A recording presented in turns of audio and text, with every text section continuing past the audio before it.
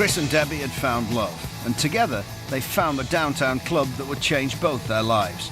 CBGB's, birthplace of the burgeoning US punk scene. Oh, here we are.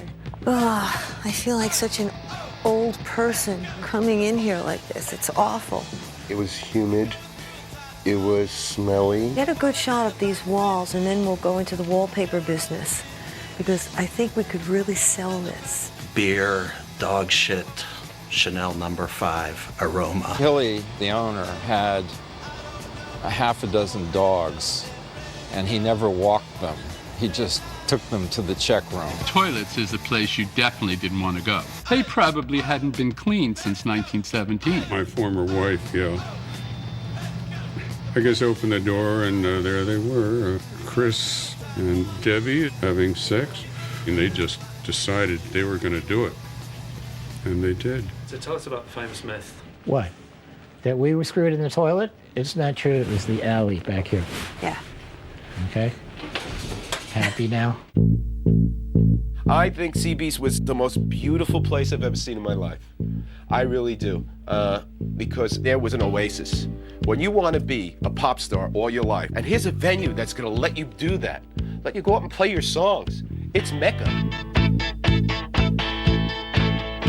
Nobody came here except for people that were in the bands, had something to do with the bands, etc. The audience was the other bands, basically. If you threw a guitar pick in any direction, you know, in CBGB's one night, you're bound to hit like a Talking Head or Ramone or a Heartbreaker or somebody in Television or Suicide or Chris or Debbie.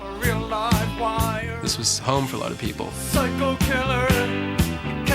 Everybody in the fucking audience for the first few years was involved with the band somehow. But one thing I hated about the scene was the snobbery of a lot of the people who hung out there. Everybody was in a band or a rock critic, so nobody would applaud, nobody would go crazy. You could put on a great show, and you'd hear the crickets afterwards. It was like the beatnik cafes where everybody like snapped their fingers after a performance. It's a long time since anyone has said the streets of New York are paved with gold. The fact is, New York City is bankrupt. And if the streets are lined with anything, it's potholes. So many of them, there's a special potholes department at the City Hall. New York was broke. I remember the headline, Jerry Ford tells New York City, drop dead.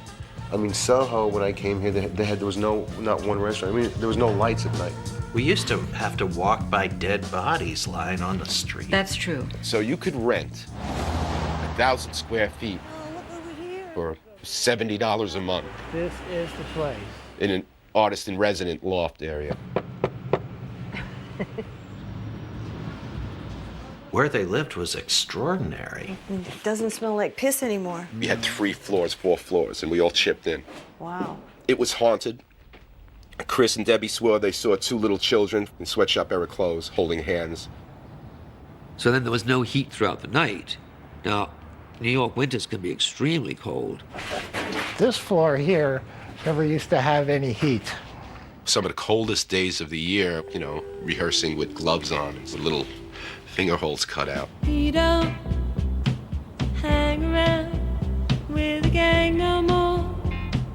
He don't do the wild things that he did before. If you looked up at the ceiling, there were certain areas in certain rooms where the ceiling was just gone.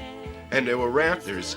And our landlord, he'd come home at night, he'd pee in bottles because he wouldn't want to come down and disturb us using the bathroom.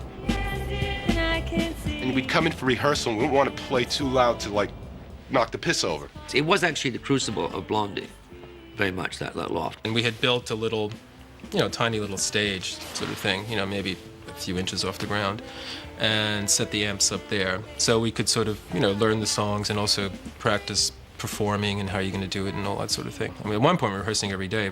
Not only did we learn the material, but we developed an identity.